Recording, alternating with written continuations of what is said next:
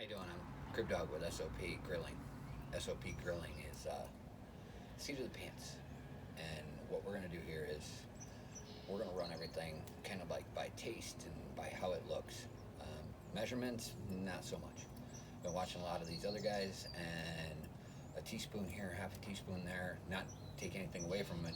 It looks awesome and probably tastes delicious, but this is more for the backyard guy who likes to just grill some stuff up and do what we can. Doing second fire on the large Akorn, and just getting the grills going now. The coals are getting hot. The Akorn Junior, you'll see the first video. It's terrible. It's handheld all the way. And I picked up the little Akorn Junior for $20 at the flea market and made quite a few things on it and got hooked. I've been watching all these guys on YouTube with their Junior and with their bigger Akorns doing such great stuff. So we're gonna give it a shot. So seat of the pants is gonna be our standard SOP. Seat of pants is gonna be no measurements. It's gonna be by taste, by look. We are gonna be doing temperatures. Don't get me wrong. We are gonna be grilling with specific temperatures, but the ingredients that we use and the stuff that we're making is all gonna be by taste and by how it looks. So hopefully have some fun with this. Let's start with the baby backs. All right.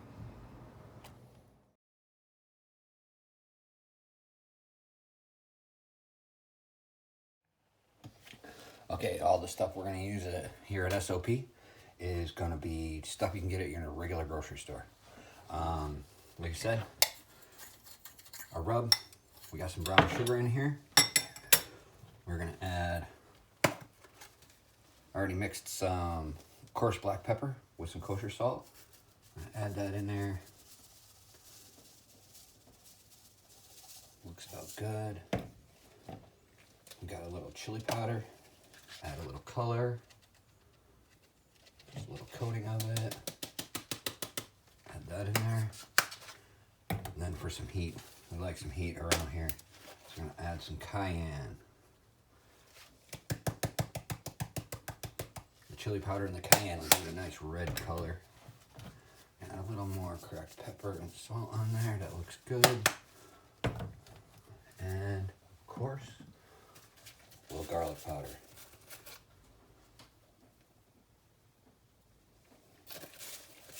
Take our fork, we're going to stir this together. Stir together. And as you're stirring it, look at it and just see what color you got. See how your mix is looking. Don't forget, mix it from the edges because that brown sugar will get out there pretty good. Yeah, maybe need a little bit more.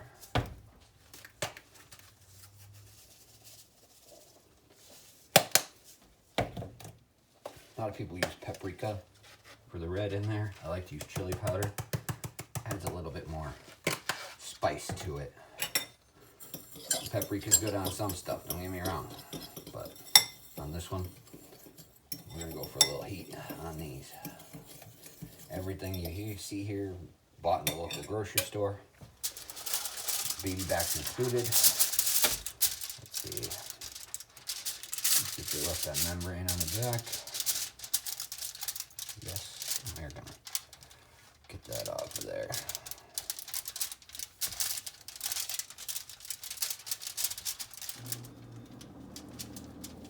Let's get a handle on it.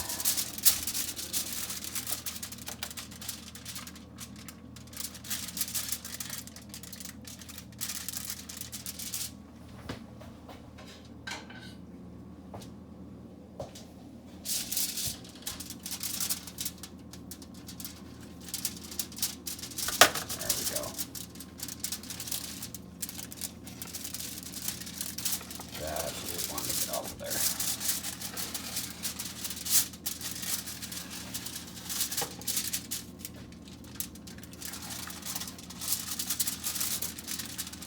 It's still on there, make your ribs chewy and won't get the flavoring into the backside of the rib like you want from what I've been seeing. Get that right off of there.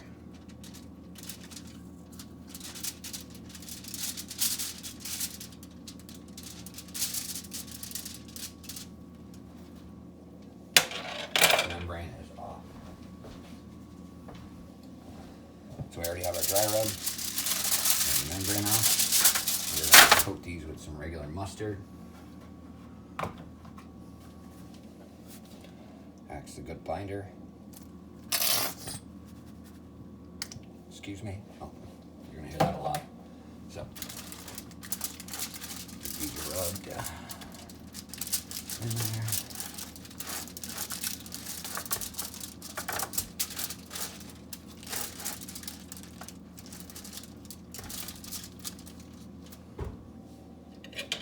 Take some of our rub that we have here. Put it on there.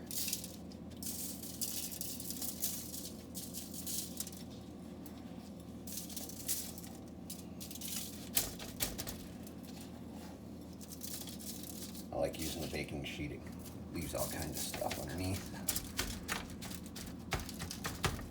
When you do flip it over, you end up packing more on it. This piece was already pretty trimmed. We didn't need to trim anything on it. The fat was pretty well trimmed. The end was pretty good. Now we're gonna flip them over.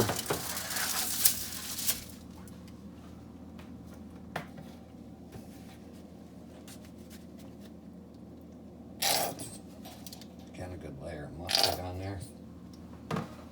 Works as a really good binder. I've tried it on.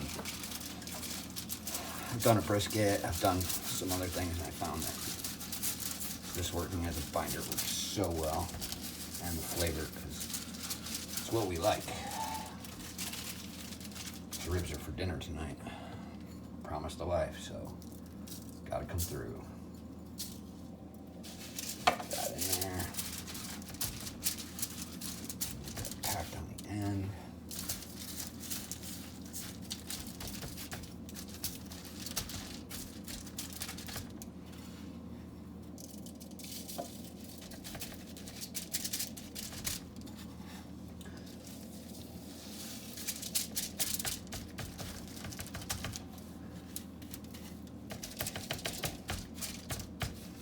There. We have baby backs on the dry rub. Still there. God, that looks good. Some more of this loose. Put it on there. All right. We're ready to go check on the grill. Grill's sitting at a nice 250. Put some cherry wood on there for the smoking. My heat deflector hasn't made it here yet, so we're gonna do this somehow. I have my pizza pan that I cut for my Akorn Jr. I'm going to set that in the middle. Use that as my heat deflector. I'm going to use the drip pan underneath. And just a standard domestic beer. Pour that in there.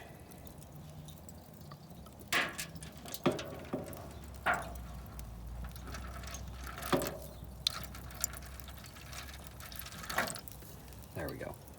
Now I have a heat deflector, drip pan, and moisture. So we're gonna try this out.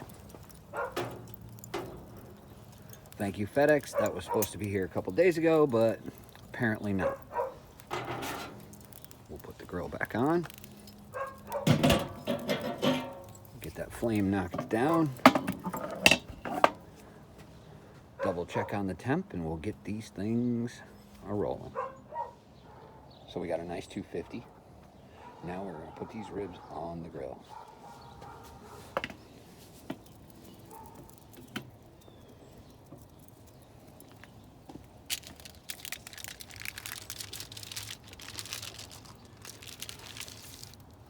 Bone side down.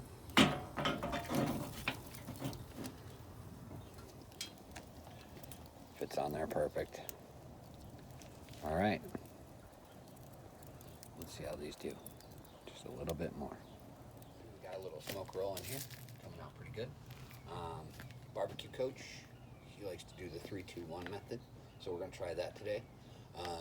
If you're looking for Barbecue Coach, I'm gonna try and put his link down in the description. This is one of my first few videos, so I'm gonna try and figure all this stuff out. But I'll put a link down in the description, and I like the way he does it, and I think we're gonna try that. We're gonna let these sit on here for about 3 hours, but every hour come out and hit them with a spritz. All right, see you in the next hour. As you can see, we're rolling a good 250. I'm gonna unlock this, give it a little burp. Little burp. Smoking away. Looks good. I'm gonna hit it with a little bit of apple juice. Just to moisten it a little bit. This end looks pretty good. This end, I'm gonna moisten it a little bit. Alright. Now with that, we're gonna close her back up. I'm gonna do that 2 more times at each of the hour marks. So, that's what we're going to do to touch it up every now and then. Let her recover. We're at hour number 3, 250. I've already burped it, so we're going to open this up. See how these look. Oh yeah. Oh yeah.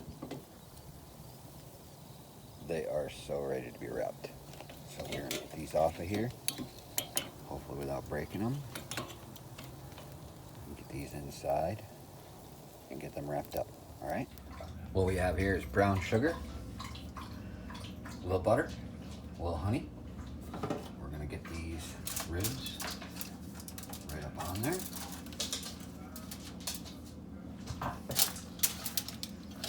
Put them face down and all that goodness. And then we're gonna do the same thing. Sugar on here.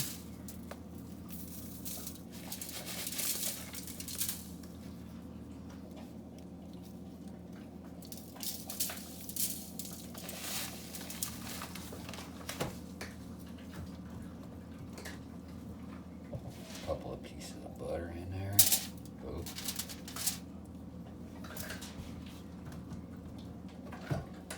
That butter's going to spread right out all throughout these as it goes along.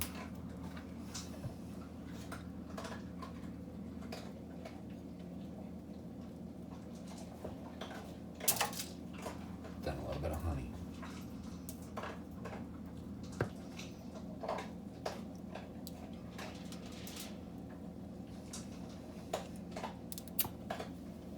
Here we go. Ribs are starting to look a little bit dry, so I'm gonna add a little apple juice inside of there too to keep the moisture going. Add that right alongside here. Not much, just a little. It's enough to keep some moisture in there. That should keep it good.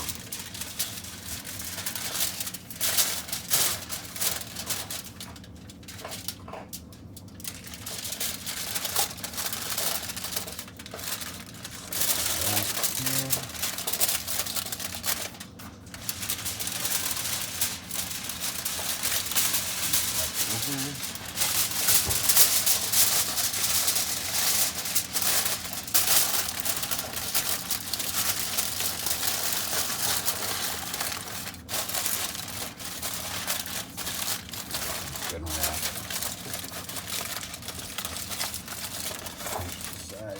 Grill spiked on us a little bit, not too much, about 275. That'll still be fine. We got them all wrapped nice and neat, nice and tight. We'll burp our grill. And we'll get these on there, all wrapped up.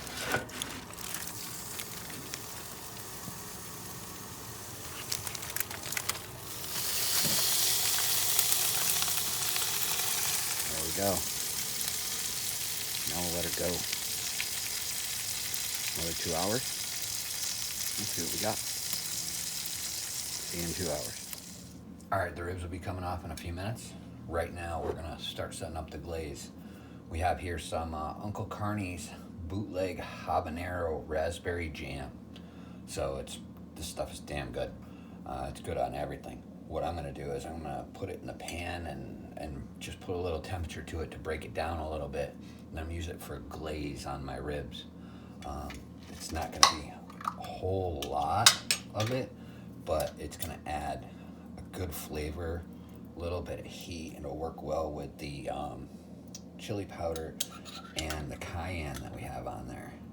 So that dry rub has all that heat in it. This is gonna bring out the rest of that heat. And the raspberry, I'm hoping will knock it down a little bit, and it should be delicious. All right, let me bring this down a little bit, and yeah, this stuff's amazing. So we'll be glazing soon. As you can see, it's starting to get a little dark out. And hey, FedEx delivered our smoking stone today. All right, got that about 10 minutes ago. Good thing we're only like 5 hours into this cook. So now, gonna take these off, burp this a little bit. Oh yeah, that's gonna be awesome. All right, I'm gonna take this off, put it on our pan, take it in, get it glazed up, and we'll get it back out here. All right, see you inside. A little low heat to this Uncle Carney's bootleg habanero, the raspberry. Man, just a little bit of low heat, and look at that. That is running all over the place. Oh yeah. So I am going to glaze these ribs over with it. The wife is going to be surprised by this flavor. Now I'll put these back on the grill for a little bit. Right now I'm just going to get a good heavy glaze on this side. Another heavy glaze on the other side. And get them back on the grill. So, just for a short time. They say an hour. I'm just going to let the glaze set a little bit on the grill, and then we'll go from there. So, there's that side. These look awesome. Let me just give you a good look at these. Look at that. That glaze is going to be so good on there. All right, get the other side glazed up and get them out on the grill for a little bit. See you in a minute. Me putting them on the grill, but they are so tender, they're starting to fall apart. I really had to pay attention to getting them on there. But as you see, that glaze is on there. Just gonna let these go for just a little bit of time. Just a little bit to set that glaze. Then we'll let them rest. All right, let's close it up on them now. Okay, these have been resting now. Pull my little tent off of there. Look at that. Those things are just look amazing. They're ready to come apart. Look at that. See, oh, there we go. Yep, ready to bung. So let's see. I think that came out amazing. Look at that. All right. First attempt spare ribs, or baby back ribs. Pretty damn good. Thanks to Uncle Carney with his bootleg habanero, raspberry jam. We're going to post a link in the description. Cookout Coach, been watching you a lot. I'll post a link there. And I appreciate all you guys' help. And let's see what we come up with next time.